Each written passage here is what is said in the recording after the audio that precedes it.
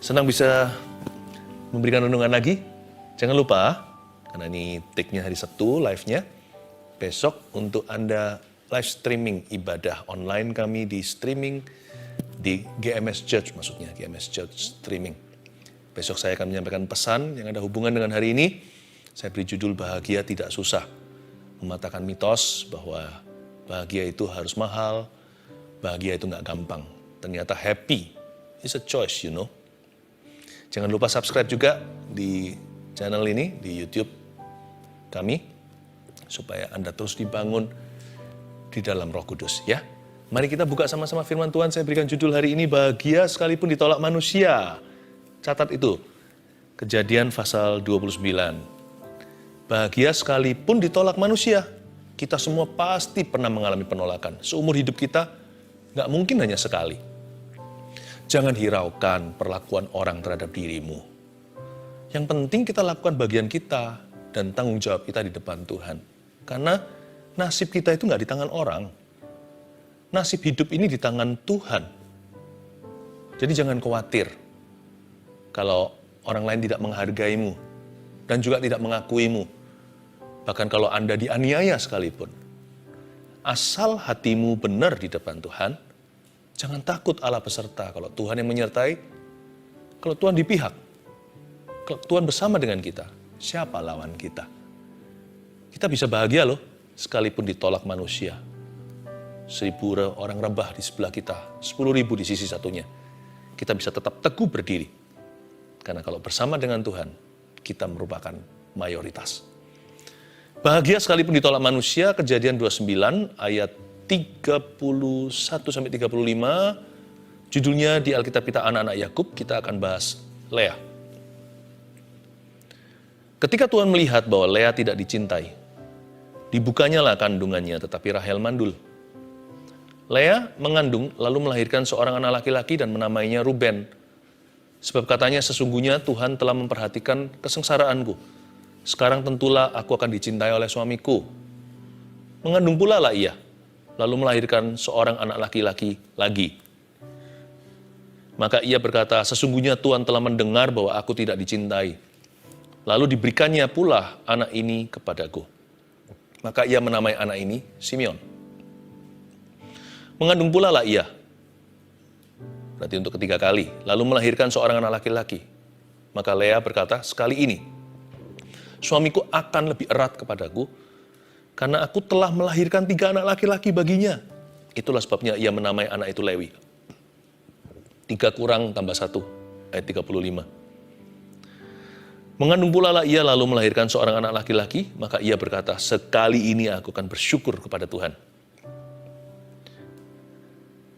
Itulah sebabnya ia menamai anak itu Yehuda. Sesudah itu ia tidak melahirkan lagi. Cerita Rahel dan Lea ini klasik sekali di Alkitab. Yakub punya 2 istri. Dia lebih mencintai Rahel daripada Lea. Lea ini ciciknya, Rahel ini adiknya. Ada ceritanya lah gimana Laban menipu Yakub. Padahal Yakub kejar Rahel, dikasih Lea dulu, suruh kerja sama dia, setengahnya kerja paksa, nanti setelah sekian lama baru dikasih Rahel itu. Nah kasihan, Rahel ini yang dicintai Lea itu bukan dibenci, tetapi seperti istri tiri. Padahal dialah istri yang sah. Dia istri pertama. Rahel itu madunya. Dan ayat 31 berkata begini, ketika Tuhan melihat bahwa Lea tidak dicintai. Harusnya nggak bahagia ya, perempuan kan menikah dengan satu laki-laki. Seumur hidup ya prianya ya itu. Nggak bisa dia sama orang lain. Jadi kalau dia happy, dia happy. Kalau dia tidak bahagia, ya nggak bahagia seperti neraka seumur hidupnya. Tapi hari ini kita pelajari bahwa bahagia enggak itu kita yang memutuskan dengan Tuhan. Memang Lea masuk di dalam suatu stigma, dia masuk di dalam sebuah jebakan, bukan atas pilihan, apalagi di zaman perjanjian lama, semua pernikahan itu arranged marriage, atau semua itu dijodohkan oleh orang tua. Nah Lea dijodohkan, mungkin bukan true love, bahkan bukan love at first sight. Tapi dia harus menikah dengan pria ini namanya Yakub. Kok nggak dicinta? Lea harusnya tidak bahagia. Tetapi Tuhan itu melihat, ayat 35. Ketika Tuhan melihat, ayat 31 sorry. Ketika Tuhan melihat bahwa Lea tidak dicinta, Dibukanya lah kandungannya. Kok malah dibuka kandungannya. Yang tidak dicintai atau yang ditirikan, malah kandungannya dibukakan. Dia yang dipilih kasih, malah berbuah lebat. Diberi 4 laki-laki, anak laki-laki. Tapi Rahel, yang dimanjakan, yang diistimewakan, malahan mandul, tidak bisa memberi anak sama sekali. Dari sini kita tahu bahwa Allah itu adil. Tuhan nggak tentu fair, karena fair itu relatif. Tergantung kita dari mana mau cubit Tuhan, ya kan? Nggak fair ah. Kalau mau fair ya kita semua masuk neraka. Tapi Allah itu adil, itu so pasti. Keadilan adalah karakternya. Our God is just. Nah, Allah itu adil. Jadi jangan sampai kita ini di sisi seperti Yakub yang memainkan peran pilih kasih. Jangan-jangan nanti Allah menentang kita dan membuat kita menjadi orang jahatnya. Kalau kita itu suka menolak orang lain, kalau kita itu suka untuk mendiskriminasi, jangan-jangan nanti Tuhan akan memakai kita dalam cerita kesaksian orang lain untuk membuat kita ini tampak jahat atau tampak buruk di mata Tuhan. Ada orang tertentu yang begitu. Gara-gara itu, Tuhan sertai orang yang dia diskriminasi untuk mempermalukan dia yang selama ini prejudis atau yang menolak mereka. Jangan sampai jadi orang yang salah. Tapi kalau Anda adalah victimnya, kalau kita adalah korbannya, jangan bermental korban. Kalau kita ditolak oleh manusia, dipilih kasih oleh siapa, jangan kita mengasihani diri sendiri. Pandanglah Tuhan. Allah kita adil. Jadi kita tidak perlu punya roh kepahitan. Kalau kita yang dirugikan, cari Tuhan. Tapi kalau kita yang menolak, yang memilih kasih, kita yang merugikan, bertobatlah, berubahlah. Jangan begitu, supaya jangan Tuhan harus mengalahkanmu. Supaya jangan sampai Tuhan harus mempermalukanmu dengan mengangkat orang yang Anda rendahkan. Tapi kalau kita yang direndahkan, carilah Tuhan. Ternyata kita bisa bahagia loh sekalipun ditolak manusia atau seluruh dunia. Ayat 32. Lea mengandung, lalu melahirkan seorang anak laki-laki dan menamainya Ruben. Sebab katanya, sesungguhnya Tuhan telah memperhatikan kesengsaraanku. Garis bawah itu. Arti kata Ruben adalah Tuhan memperhatikan. Ya. Lalu kita lihat ayat yang 33, saya ajak kita Bible study ya. Mengandung pula lah ia lalu melahirkan seorang anak laki-laki, laki lain. Maka ia berkata, sesungguhnya Tuhan telah mendengar bahwa aku tidak dicintai. Lalu diberikan pula nama anak itu Simeon. Nah, anak kedua namanya Simeon. Artinya Tuhan mendengar. Catat dulu ini. Nanti saya berikan poinnya terakhir. Dan itu berhubungan dengan makna nama anak-anak Yakub, putra-putra Lea. Anak ketiga namanya Lewi, artinya apa? Kita lihat ayat 34 sekali lagi kita baca. Mengandung pula lah ia lalu melahirkan seorang anak laki-laki. Maka ia berkata, sekali ini suamiku akan lebih erat padaku. Karena aku telah melahirkan 3 anak laki-laki baginya. Ya. Lewi di sini ada hubungan dengan kata aku telah melahirkan atau aku telah berusaha. Jadi menunjuk kepada usaha jeripayah seorang manusia. Yang keempat, mengandung pula lah ia lalu melahirkan seorang anak laki-laki, maka ia berkata, sekali ini aku akan bersyukur kepada Tuhan. Itulah sebabnya ia menamai anak itu Yehuda. Suku Yehuda ini suku terkenal karena dari suku inilah Yesus Kristus. Apa arti Yehuda? Persis seperti kalimat Lea. Sekali ini aku akan bersyukur pada Tuhan. Yehuda artinya praise atau puji-pujian. Ada 4 sumber bahagia untuk kita. Dan happy kita tidak bergantung perlakuan manusia. Pasti kita pernah mengalami perlakuan tidak adil. Jangan-jangan kitalah yang memperlakukan orang lain tidak adil. Sekali lagi saya ingatkan, kalau kitalah orang jahatnya, bertobatlah. Tapi kalau kita adalah orang yang dirugikan, jangan kita itu putus asa. Masih ada Tuhan. Bahagia tidak itu terserah Anda dan Tuhan Yesus.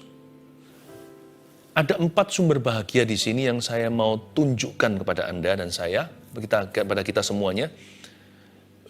Kalau 4 sumber bahagia yang bisa kita pegang erat-erat untuk bahagia hati sendiri. Jangan terpengaruh dengan kondisi yang kita alami. Dan 4 sumber bahagia ini juga 4 kekuatan kita untuk tetap maju dalam Tuhan, sekalipun mengalami penolakan. Kalau kita mengalami perlakuan tidak adil, ingat 4 hal ini. Ada hubungan dengan nama-nama anak-anak Lea. Yang pertama, tulis hidup di hadapan satu pribadi. Itulah Ruben, bukan? Artinya Tuhan memperhatikan. Tuhan melihat. Waktu Lea sedang dipilih kasih. Waktu Lea ditirikan padahal dia istri yang sah.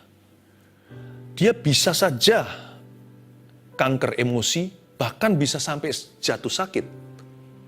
Tapi Lea tidak mengalami semua itu. Karena dia naik banding. Ketika suaminya sendiri tidak mencintai dia atau kurang mencintai, dia tidak menuntut hak. Semakin dia menuntut, semakin frustrasi. Semakin frustrasi, semakin depresi. Siapa yang rugi? Karena itu Lea naik banding. Waktu anak pertama dilahirkan karena Allah membuka kandungannya, diberi nama Ruben, yang artinya God sees, Tuhan melihat. Jadi dengan kata lain, Lea mencetuskan dengan imannya, bahwa sumber bahagianya bukan bahkan pada suaminya. Orang yang harusnya paling dekat sama dia. Dia tidak lagi menginginkan untuk dimengerti. Kalau dia begini, nanti lama-lama dia frustrasi. Karena itu dia berkata, as long as God sees. Selama Tuhan melihat, aku bahagia. Ruben, Tuhan memandang saya. Dengan kata lain, Lea mencetuskan, hidupku itu hanya di hadapan satu pribadi saja. Jadi kenapa saya harus sedih berlama-lama? Peduli amat apa kata orang, selama hatiku benar di hadapannya. As long as my heart is right, kita tidak perlu terlalu terpengaruh. Seluruh dunia mikir apa tentang kita? Apa cara pandang mereka? Apalagi di zaman teknologi hari ini, semua orang sangat peduli komentar orang lain, padahal gak tentu kenal. Orang-orang tersebut yang memberikan komentar yang menjatuhkan iman Anda, atau yang membuat Anda jadi emosi, atau membuat Anda jadi down sekali. Orang-orang ini tidak tentu punya sumbangsi apa-apa dalam kehidupan Anda. Kenapa kau berikan tempat pengaruh dalam hidupmu? Berikan tempat pengaruh dengan P huruf besar itu pada Yesus Kristusmu. Pastikan dia komentar tiap hari dalam hidupmu lewat firman-Nya. Berkaca, bercermin tiap hari dalam Roh Kudus-Nya. Kalau kita punya prinsip ini, kita bisa hidup damai sejahtera. Bukan berarti eksklusif hati, nggak mau diberikan masukan. Ya enggak. Tapi kita punya rasa aman yang tinggi dalam Tuhan. Orang begini justru lebih bisa dikoreksi loh. Coba pandang, coba renungkan. Orang yang paling nggak bisa dikoreksi. Orang yang nggak menerima masukan, itu biasanya orang yang sangat nggak aman nih hatinya. Jadi belum apa-apa, dia langsung bela diri padahal dia bukan seorang karateka. Taekwondo nggak bisa, pencak silat nggak tahu. Tapi pencak hati luar biasa sekali. Orang baru ngomong sekali, langsung bela diri, langsung serang balik. Aneh ya, semakin tidak aman, semakin Anda tertutup. Tapi semakin kita itu aman. Stick and stone can break my bone. Batu dan tongkat bisa patahkan tulangku. But your words cannot kill me. But kata-katamu tidak bisa membunuh aku. Orang begitu justru malah menerima perkataan orang lain. Oh gitu ya menurut kamu ya. Ketika dia dikoreksi, dia bisa menerima lapang dada seolah-olah itu orang lain dikoreksi pihak ketiga. Dia bisa mengevaluasi dirinya seolah-olah dia keluar dari tubuhnya dan melihat diri sendiri dan kelemahannya dan tertawa. Iya ya, aku kok bisa begitu ya. There's no need to be defensive. Tidak perlu untuk membela diri sama sekali. Kalau orang itu tahu Tuhan membelanya, hatinya benar. Dia bisa terima masukan. Jangankan dari manusia, apalagi dari Allah. Orang begini ini teachable spiritnya. Makanya itu dimulai dengan nomor 1 dulu. Bahagia kita itu nggak perlu ombang-ambing. Bahagia kok tombolnya ditaruh di tas orang lain. Bahagia itu tombolnya di tas kita sendiri. kita bawa sendiri di hati. Jangan sampai kita tuh mudah tercuri damai sejahtera. Sebab, belajar dari Lea. Ruben, God sees. Inilah pengalaman hidupku 9 bulan mengandung anak pertama. Aku mengingatkan diriku awal mula bulan pertama, aku sedih dan pedih hati. Tapi setiap bulan tambah bulan, semester pertama, semester kedua, semester ketiga kehamilan, aku semakin kuat beriman. Akhirnya aku mengerti, as long as God sees my heart, I'm happy. Selama Tuhan melihat, memperhatikan hati saya, I'm fine-fine saja. Ini campur-campuran dia. Aku baik-baik saja, I'm okay. Hidup ini pernyataan Lea. Kata Ruben itu artinya hidupku di hadapan satu pribadi saja. Hiduplah di hadapan satu penonton.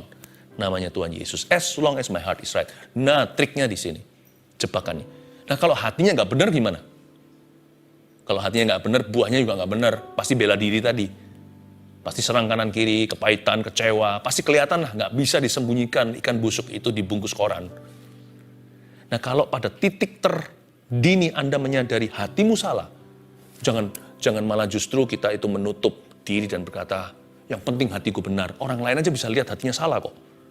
Kalau hati kita salah, cepatlah bertobat. Tuhan ampuni, seperti Mazmur Daud, berikan padaku hati yang bersih.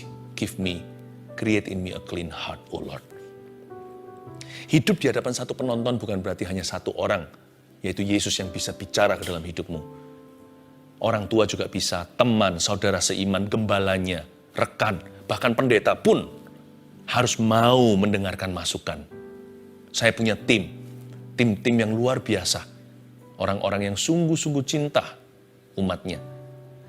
Kami semua ini dengar-dengaran. Ya. Karena itu hiduplah di hadapan satu pribadi. I assure you that you will be truly happy. Saya jamin 100% yakin hatimu tidak bisa tidak bahagia. Karena ada damai sejahtera. 2. Simeon. Apa tadi yang saya minta Anda garis bawahi? Arti kata Simeon adalah Tuhan mendengar.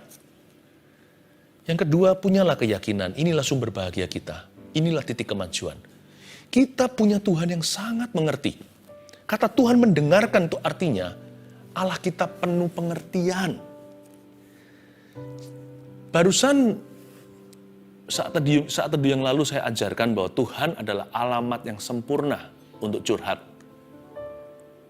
Tuhanlah alamat curhat untuk mencurahkan hati kita apa adanya. Saya senang sekali loh. Kalau baca kitab Mazmur itu realistis sekali. Mazmur itu tidak sembunyikan apa-apa. Daud dosa pun Mazmur 51 ditulis di situ. Kita semua jadi tahu dosanya. Gara-gara dicatat juga dalam sejarah. Ya, di kitab Perjanjian Lama, kegagalan Daud dibeberkan dan dijabarkan dengan begitu detailnya. Pengakuan dosanya, ya, paralel dengan kejadian itu ada di Mazmur 51. Coba lihat kalau kita baca di Mazmur itu, sungguh-sungguh jujur sama Tuhan itu apa adanya, tanpa pakai tanding aling-aling atau apa. Bahkan kalau pemazmur marah, dia berkata, hukum orang itu Tuhan. Tapi kalau Anda melihat di ujungnya, selalu nafasnya pengampunan. Tapi marah dulu, tapi dia bukan marah ke orang lain. Lampiaskan ke anak-anaknya atau keluarganya.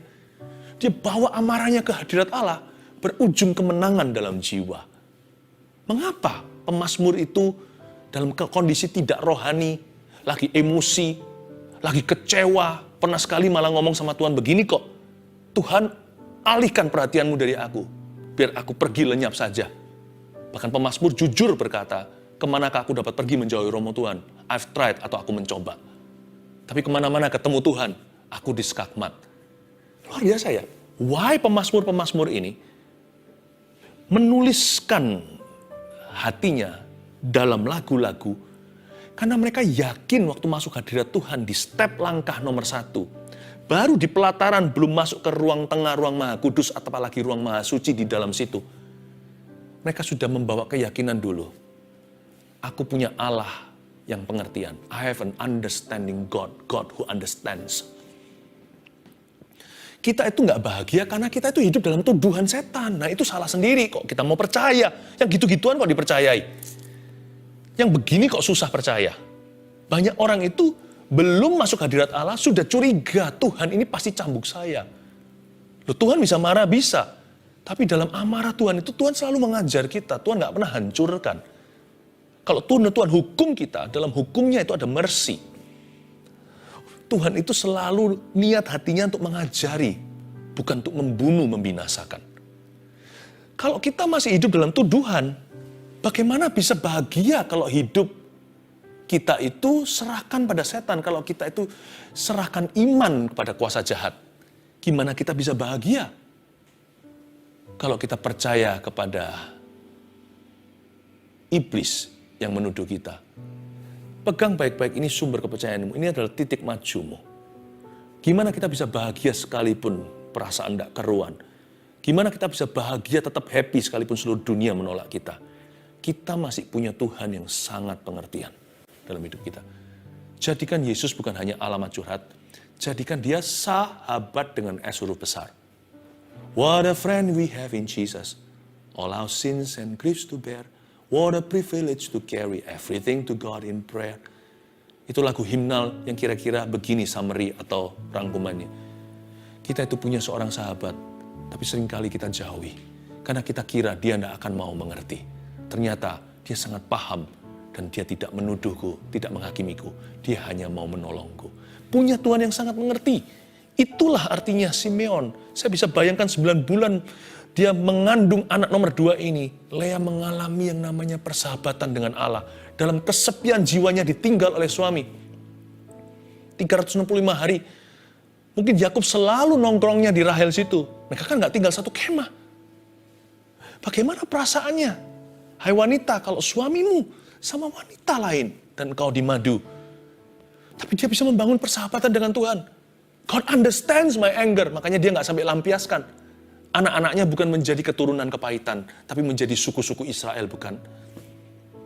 Saya bisa bayangkan 9 bulan itu, si Lea mengalami membangun persahabatan dengan Roh Kudus di Perjanjian Lama. Tuhan, aku tidak mau anak ini akan menjadi anak terkutuk. Aku tidak mau empedu di hatiku diturun lewat ari-ari, masuk ke roh dan jiwa putraku. Aku tidak mau dia jadi orang kepahitan. Ku beri dia nama. Tuhan mendengar selama 9 bulan. Aku punya Allah yang pengertian. Mendengarkan tantrumku, mendengarkan emosiku, mendengarkan perasaan tidak puasku. Dan Tuhan, Engkau selalu menuntunku ke jalan yang benar oleh karena namamu. Belajar seperti Lea. Datang tidak sempurna. Keluar dari hadirat Tuhan. Di ujung doa selalu disempurnakan. Sampai lahir Simeon. Suku Israel yang diberkati. Ya, artinya punya Tuhan yang sangat mengerti, itu sumber bahagia kita. Udahlah seluruh dunia salah paham, gak apa-apa. Jangan berkata begini ya, kalau memang ada bagian kita yang harus dievaluasi, ada titik-titik yang perlu diperbaiki, ya jangan berkata, gak apa-apa, lu orang semua gak ngerti sama saya fine-fine saja. Pastor Philip bilang, yang penting Tuhan mengerti. Nah, orang begitu, nggak mau terima masukan dulu. Tapi di hati jangan tertuduh, thank you ya, apalagi yang perlu aku ubah. Mungkin nggak gampang, kita telan itu seperti telan durian. Sekalipun kritik yang membangun, apalagi kritik yang menjatuhkan, terima saja. Mau dicabut jenggotnya, mau ditampar kata Alkitab di Yesaya. Aku berikan punggungku bahkan untuk orang menginjak-injak aku. Tapi aku tahu Tuhan Allah yang menolongku. Dengarkan dulu masukannya. Ya, terima kasih. Udah, cerna satu persatu, tapi dengan hati yang tahu, the Lord will help me. Tuhan akan menolongku. Jangan defensif, namun jangan tertuduh. Kita punya Tuhan yang sangat mengerti, dia maha pengertian. Aman. I'm happy.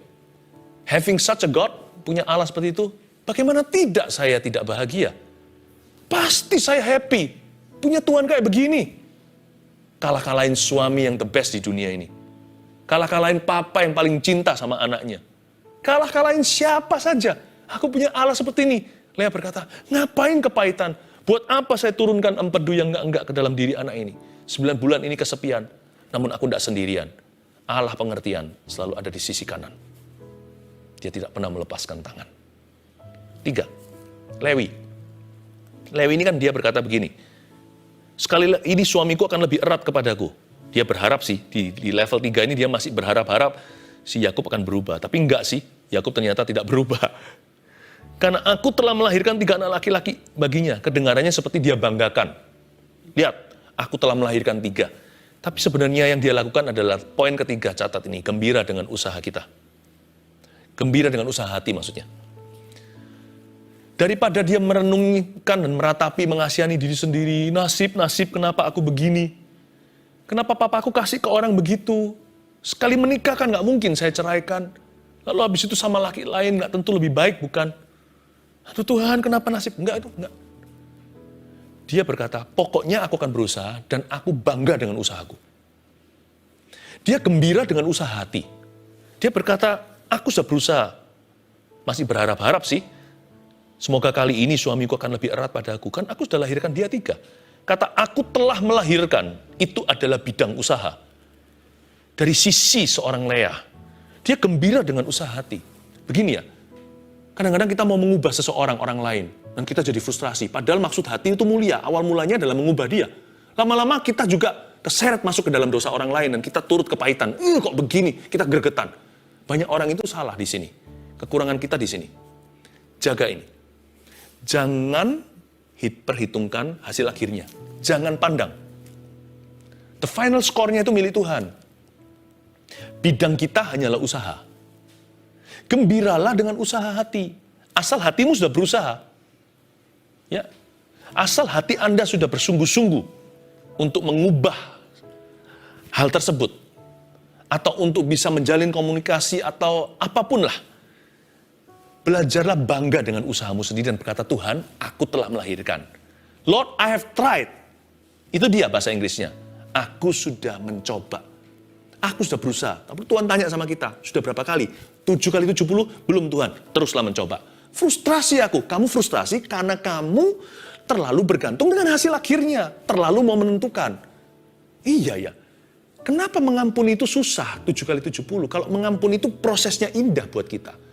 Kalau kita tahu kita melakukan kehendak Allah sekalipun kita disakiti. Tapi kalau kita mengampuni itu kado bagi diri sendiri. Dan kalau kita mentaati, Tuhan yang kita taati. Bukan manusia yang menerima pengampunan kita. Berarti 7 kali 70 itu sebenarnya adalah proses yang indah. Setiap langkah, setiap angka 7 kali 70, 491, 2, 3, 4, 5, 6, 400, 490 tersebut. Masing-masing adalah berkat, bukan? Iya ya.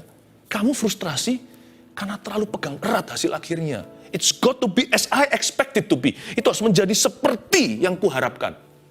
Ini jangan di otak-atik, ini milik Tuhan. Hasil akhir, final score belongs to God. Your portion, porsi kita, adalah usaha kita. Gembira saja dengan usaha itu. Saya berusaha sebagai hamba Tuhan. Kadang-kadang saya berusaha, orang gak diselamatkan. Saya bisa sedih gitu loh. Orang ini kenapa belum mau terima Tuhan? Tapi Tuhan berkata, kamu tidak senang memberitakan Injil? Senang Tuhan. Roh Kudus ngomong begitu. Oh iya ya, tiba-tiba saya sadar. Tuhan kadang-kadang kalau mau mencelikkan kita, melempar pertanyaan. Saya disuruh nginjili lagi dan lagi 490 kali sampai saya mati. Nggak ada satu pun bertobat. Saya tetap senang memberitakan Injil karena Injil adalah kesukaan. Saya hanya gembira dengan usaha saya. Hasil akhirnya milik Tuhan. Ada orang mau mundur dari pelayanan, mundur dari Tuhan. Saya sudah berusaha mati-matian, mau dikonselingi, didoakan, dibaikin, ya kan, dideketin, bahkan diperingatkan, please jangan, bahkan dimohon-mohonin. Saya betul-betul sampai memohon-mohon, please jangan meninggalkan Tuhan. Meninggalkan Tuhan juga. Mana nggak sedih? Kalau yang punya hati gembala, pasti merasa sakit melihat orang lain meninggalkan jalan kebenaran. Tapi setelah itu terjadi, saya serahkan final score-nya ke Tuhan. Saya bukan Tuhan, dan juga nggak bisa memaksa orang lain, bukan?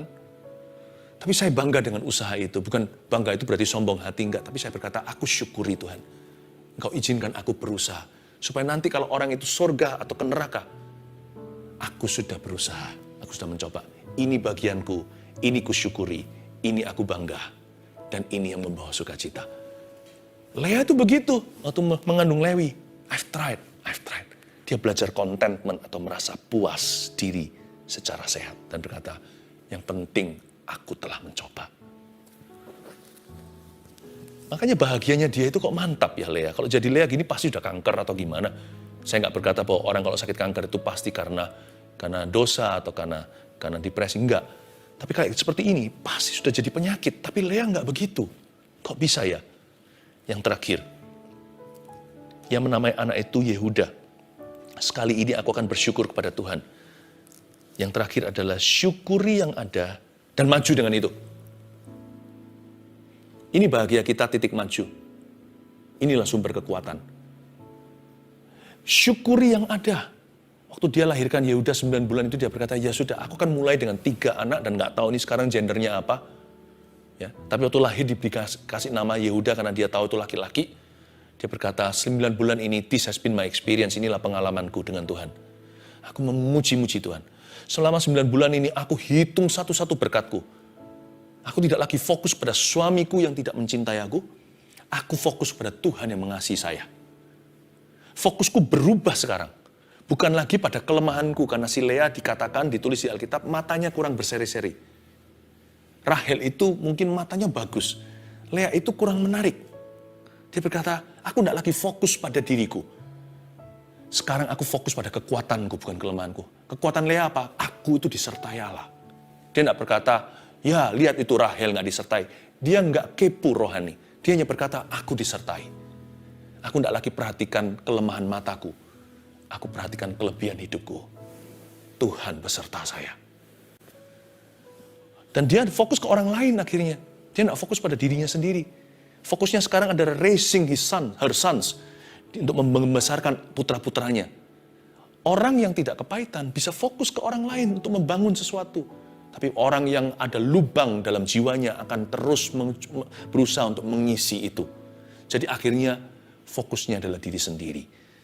Lea berkata seperti ini, aku syukuri selama 9 bulan ini. Aku syukuri Ruben, aku syukuri Simeon, aku syukuri Lewi. Sekarang aku syukuri janin yang satu lagi. Ketika keluar dia berkata, puji Tuhan. Aku syukuri dengan apa yang ada padaku. Dan aku akan maju dengan itu. Aku punya 4 anak, aku akan kelola. Mereka baik-baik. Dan mulai dengan ini, ku bangun rencana Tuhan di hidup saya. Hebat Lea. Saya ingin untuk menekankan bahwa ada hal-hal tertentu yang perlu kita tinggalkan di hati. Jangan tinggalkan di hidup ya. Nanti jangan-jangan nanti orang aplikasikan secara salah, lalu tinggalkan temannya, keluarganya. Sudah, saya sudah tinggalkan kamu. Nggak boleh begitu. Kita tetap harus jaga semua hubungan. Tapi ada hal-hal tertentu yang harus kita tinggalkan di hati. It's okay if you're not with me. Aku akan mulai dengan apa yang ada pada saya. Aku akan maju dengan itu. Itu yang aku syukuri. Aku tidak mencari apa yang tidak aku punya. Aku syukuri apa yang masih kumiliki. Dengan itu akan kukelola menjadi rencana Tuhan yang indah. 1, 2, 3, 4, bahagia sekalipun ditolak manusia. Hidup di hadapan satu pribadi. 2, punya Tuhan yang sangat mengerti. 3, gembira dengan usaha hati. 4, syukur yang ada dan maju dengan itu. Worship Him.